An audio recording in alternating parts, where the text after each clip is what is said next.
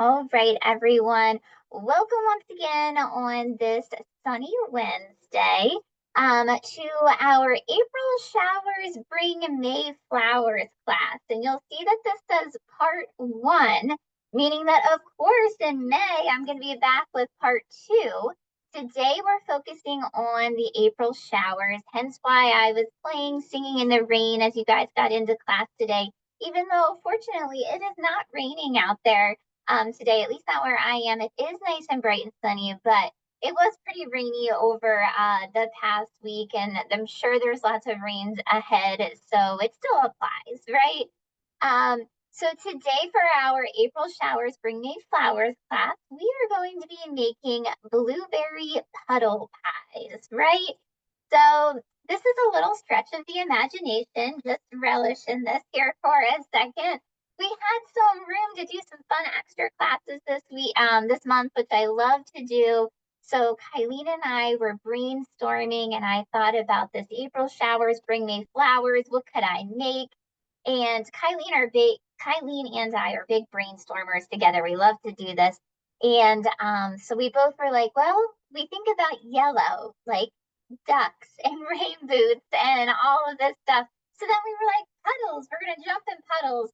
And then I thought about these blueberry pies that I like to make. I talk often about keeping frozen fruit and other ingredients on hand to make little mini pies if you have a little get together to go to this last minute. So this is kind of a take on that. I'm going to be talking a lot about blueberries and the versatility of these pies and how they're a bit of a better for you pie as well. Okay. But before we get into the actual recipe, of course, we're going to start off with a little bit of fun. And the question is, you can put this in chat. Do you think, is April really the rainiest time of year? Let me know what you think in chat. We have this saying, but is it the rainiest time of year? A lot of you are saying no. Oh, now we're getting a lot of yeses. We're kind of all over the place. I will say that I definitely associate April with rain, 100%. But actually, here we have the wettest months by state. And I tried to list the states that are in our service area, which would be Pennsylvania, Maryland, Virginia, and West Virginia. But I know we have a lot of folks in New Jersey as well. If I don't have your state on here, I apologize. But here in Pennsylvania, it is actually June.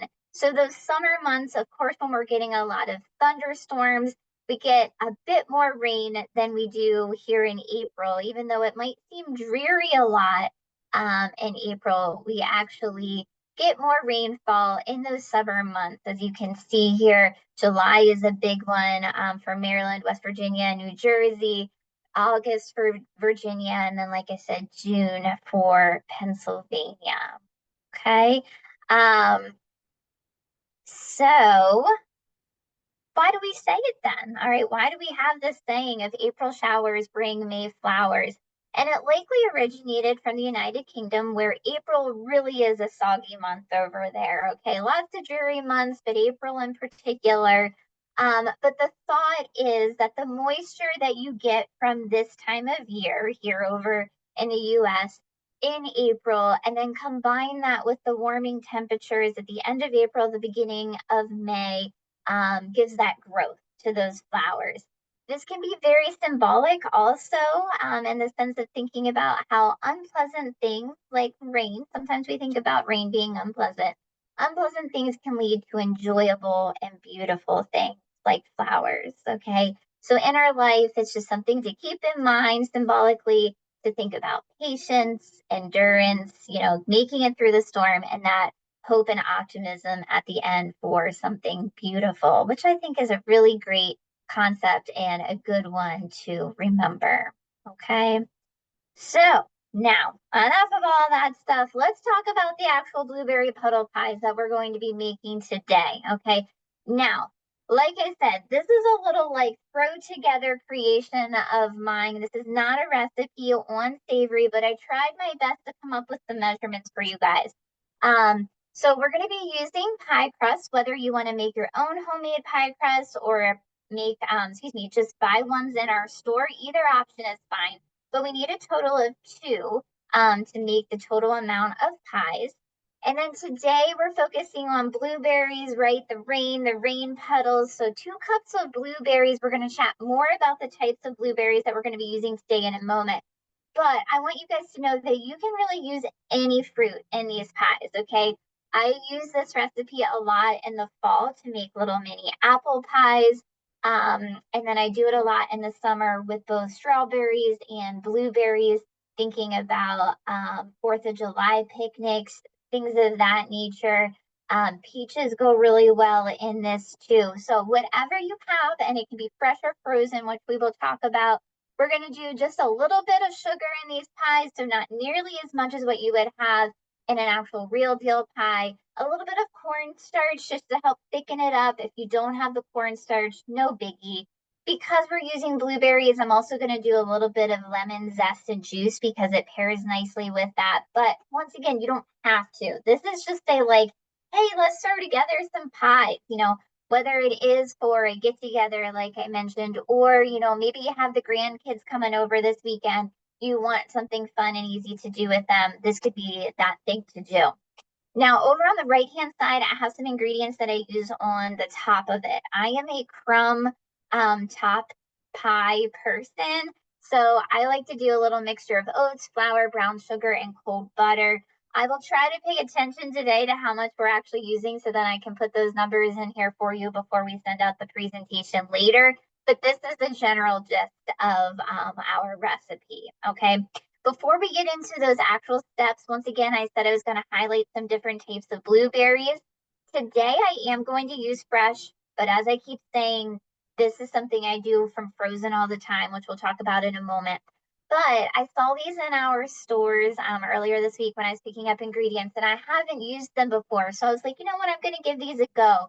From Driscoll's, it's their Swedish, excuse me, I always say Swedish, sweetest batch blueberries. Now, I have had their sweetest batch strawberries, and those are delicious. I had those near the Valentine's period of earlier this year. But so now they have these blueberries. It's a variety that just has the premier flavor, texture, and juiciness. All right. They just say they are the best of the best.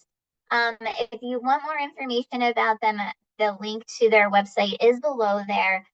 They are typically available mid-fall to early spring. They may have been in the stores before and I just didn't notice them, but I definitely noticed them earlier this week. So they are here right now. Make sure that you get them. Their website suggests that you use them in just fresh recipes, like just eating them as a snack, putting them on a salad, putting them in the yogurt, because they really have, once again, that flavor, that texture, and that juiciness. But I decided to use them in the pies today because since they are so naturally sweet, I was like, well, that's a great way for us not to be adding a lot of sugar to our pie, right? Like, let's get some more of that good natural blueberry flavor rather than having to add a whole lot of sugar. So that's why I'm using them today. But it doesn't matter, right? Whatever blueberries you want, including frozen blueberries here. This is a big freezer staple for me. We talk a lot about pantry staples, but I'm all about the frozen foods, especially frozen fruits. So I have a bag of, the blueberries, I have peaches, strawberries, pineapple, keep it on hand. They're not just for smoothies.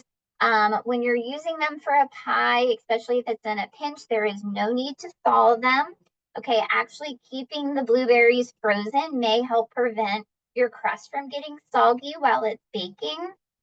And then also, if you are going to use the frozen, consider just giving them a quick rinse with cool water to prevent bleeding. You guys know what I mean by bleeding, that whenever blueberries start to thaw, you get like purple stuff everywhere. So rinsing them off can help get rid of some of those ice crystals that could potentially bleed onto your pie crust or whatever you're using them in. Because they are frozen, you might need to increase the baking time a little bit. These pies that we're making today, I usually say baking is a science. These are not a science thing going on over here, right? So you just keep an eye on them. You might need to increase that baking time a little bit if you are going to use the frozen. Whenever I'm done sharing my screen, I'm going to show you guys a package. In our stores, we also have wild blueberries from our store brand now too. They are a smaller blueberry, a different variety. So Those are fun. Pick them up in our stores if you're more interested in those. Okay. In the way of the pie crust, I am using a pre-made pie crust today. That was something I think I've shared with you guys before in my cherry pie class. My grandma's like, why would you make a pie crust when you can just buy them? And I go both directions. For something like this that you want it to be quick and easy, I say just get the pre-made one. But if you've never made a homemade pie crust before and you're interested, I say totally go for it. Don't let that intimidate you. There is a recipe on our Savory site that you can click on this link when you get the presentation. It'll take you there to make a homemade pie crust, and it's a good one. All right, so check that out if you're feeling a little like you want to bake. Okay, so here are the directions for our blueberry puddle pies. We're going to preheat the oven to 375, and I'm going to walk through these steps here after I stop sharing my screen, but I wanted you to know that the recipe is in here. And then once again, stay tuned for in May. May classes have not been posted yet, but soon we're going to have part 2. So mark your calendar because it's at a different time than we usually have class, okay? May 1st, we're going to start off May with those Mayflowers, 10 a.m. For this special class. And I'm not going to tell you guys right now what type of flower we're going to make. Nope, not going to. You'll just have to come and find out. All right. So let's go ahead and get into these pies. All right, I'm going to stop this video here. And we're going to go over here. Yeah, you guys can see my ingredients right now. Perfect. Thank you. So, like I said, I decided to go with those Driscoll's Sweetest Batch blueberries right here. I have 2 cups in my bowl that I've already rinsed and put in here. 2 cups was actually about this container here. Okay, so perfect little amount. Here are those wild blueberries if you're interested in them from the frozen section. Okay, so just wanted to show those back there too. Really easy recipe here, guys. We have the 2 cups of blueberries in there, and then we're going to add a little bit of sugar. In my slide, I said about 3 tablespoons. I'm going to see what like half of that looks like here. Maybe we don't need all of it. Maybe you don't want to add any sugar at all. Doesn't matter to me, whatever you floats your boat, right? Okay, here I have about a teaspoon of cornstarch. You could also use flour instead if you wanted to. And then I'm going to do some lemon zest and a little bit of lemon juice. Another optional ingredient. You don't have to do this, just blueberries and lemon go together like cookies and milk, peanut butter and jelly, whatever you think. Oh, I can smell the lemon. It smells really good, okay? So get some of that good lemon zest in there, and it's just going to add a nice little pop to our puddle pies. Let me get some of that zest off of there on the back. I'm going to go ahead and cut this lemon open, and we're going to squeeze some lemon juice in here. Not a ton. We don't want to go crazy. Okay, but a little bit. Oh, I don't want those seeds in there. Okay, just a bit to brighten it up. Okay, I know some of you could be frustrated with me right now because I don't have exact measurements of certain things, but you gotta just trust your instincts sometimes when you're doing these on the whim recipes, okay? Just go with what you think looks good, feels good. Guys, I think I'm okay with this. I don't really feel like I need to add more of that sugar, okay? So I would say that I only have about a tablespoon and a half of sugar in here, which is pretty awesome because we're gonna be making 24 little mini puddle pies, okay? So I'm gonna set that aside for a minute, and now let's focus on our crumb topping, okay? I have some whole wheat flour in here.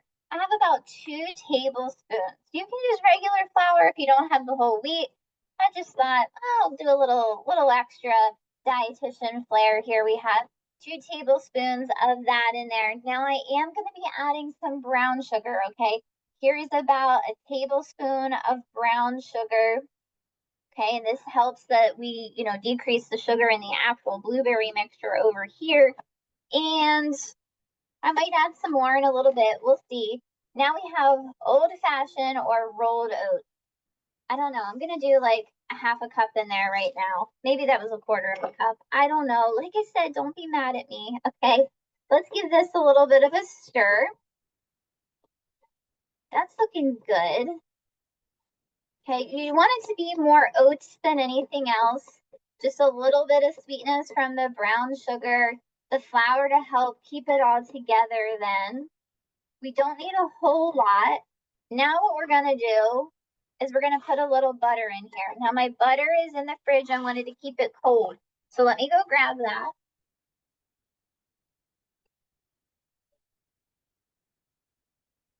Okay, so this is about 2 tablespoons of butter that I've just cubed up here. We don't need a lot. I'm actually gonna break them apart a little bit more. But you want it to be cold because you want this butter to melt whenever these are actually in the oven. Okay, we don't want it to be melting now. So that's about a tablespoon of butter. Let's see how this goes. Now I'm gonna get in here with my hands because we want to get that butter mushed in with the flour, with the oats. Sometimes you just got to get in there with your hands, okay? It's looking good. You just want this to be nice and crumbly then, which we're starting to get to. And then we will work on our pie dough. I see somebody say that pastry blenders work well. 100% agree, like a pastry cutter. I used to have one. I think I've mentioned to you guys this before. I used to have one and I can't find it anymore. So not sure where that got lost to, but it's like a tool that you kind of press down, almost like a meat grinder, but not, because it has like lines. Hard to explain. Google it, but that works well too. You could put this in a food processor and chop it up real quick, but not too fine if you wanted. We don't want the oats to turn into flour. But I think we're looking good there. Okay, so now it's okay that my hands are a little floury because we're going to roll out our dough now. So let me make myself some room. Okay, and we'll bring this over here. So if you've not worked with pie dough before, I always recommend, I have a piece of parchment paper here. It's kind of hard to see on my countertop, but a piece of parchment paper. And we're going to unroll our pie dough. Okay. I do take my pie dough out for a little bit. It doesn't have to be room temperature, but I take it out so like whenever, see this hole right here? I got a little too excited earlier, and when I took it right out of the fridge, I tried to peel it and it breaks. Okay, so we don't want to do that. All right, so this like that on our parchment paper. We put the parchment paper down so that way it doesn't stick to our countertop, right? Now, get my rolling pin. And we're just going to give this a little roll. We don't want these to be too thin, okay? You can put a little flour on your rolling pin if your dough gets sticky so it doesn't stick to that. But we just want to roll it out a little bit. Let's make sure this hole kind of gets put there. Okay, good. All right, that should do it. Put that over to the side. Now, how are we going to make our crust? Right here, this is the lid of a mason jar. If you have a cookie cutter, that works too. Whatever you got, you could use a cup, okay? Don't feel like you have to have what I have. Make do with whatever you got. Then we're just gonna put this on here like so, and we just do a little twist like you were cutting cookies, okay? And it will just pop out. Okay, like so. Ta-da! All right, let me cut a couple more for you guys so then we can put it into our muffin tin. Now, my muffin tin today, I am using the mini muffin, okay? So the pan that has 24 mini cavities for our pies. If you don't have one of those, that's fine. You can use the 12 cavity muffin cup. Your pies are just going to be bigger, all right? So it's kind of just what you want to do. Like if you have a gathering you're going to and there's going to be a lot of people there and you're like, well, I don't want to have to make so many pies, then, I suggest going this mini pie direction. So that way it's like, oh, I need a lot, but I really didn't, right? But if you want your pies to be bigger, maybe you don't have as many people coming over or whatnot, then go the direction of the bigger pie. From a nutrition standpoint, these little mini ones are a good portion control situation in terms of pies because we just have one little mini pie. I did already grease this. If you're looking at it and you're like, oh, what's on there? I already greased it with some canola oil spray. Now we are just going to pop this right in here. This does not have to be perfect, which is a difficult concept for me too, if you're like that as well, okay? But the idea is that they're just rustic, right? Rustic is that way to make yourself feel better whenever things don't look perfect. Okay, but you're just going to pop them in there. You don't need to push them too far down in. They'll just kind of sink in themselves. That one looks cute with the little ruffled edges. Let me pull off the two more over here. We won't do them all, but I just want to give you guys an idea. Okay, make sure that you don't get those holes down there so they don't leak through. But if you do, it's okay. You can just tuck it in and fix it. All right, and then you could use a little extra dough to fix that hole as well. Okay, I'm gonna go ahead, put this one in here. You kind of get into a groove once you get going. All right, but you guys get the gist. And I do have a little tear down here. So I'm just gonna take a little and I'm gonna press it in. So that way our blueberry juice doesn't go all over the place, right? Okay, good. So now let's get our blueberries. Okay, and we're just going to scoop some in. All right. Might need to use your fingers to kind of push them in there a little bit. I tend to like to try to fill them as much as I can. So that way I feel like I'm actually eating a little pie and not like just crust. Okay, so I'm gonna go ahead and do that over here. Okay, looking good. Push that over a bit. I feel like this one needs one more over there, yes?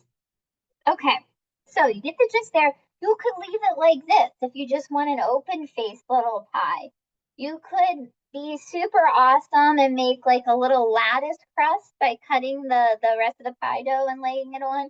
You could take cookie cutters. I do this a lot in the summer for 4th of July. I'll take like a star cookie cutter and take like a star shape and put it on top. So many different things you can do. Like I said, though, I like a crumb top. So I'm simply just going to do a little sprinkle. Okay, this is what I usually do with my pies, unless it is like for a 4th of July situation. Okay, just a little something on the top so it's like nice and golden when you pull it out. But you don't have to. You get those oats in there though, that whole wheat fiber. So just gives it a little something extra. But I don't go overboard, all right? Just a little bit. And then that butter melts down in. And that's all you do, okay? These go in the oven at 375 for about 15 to 18 minutes.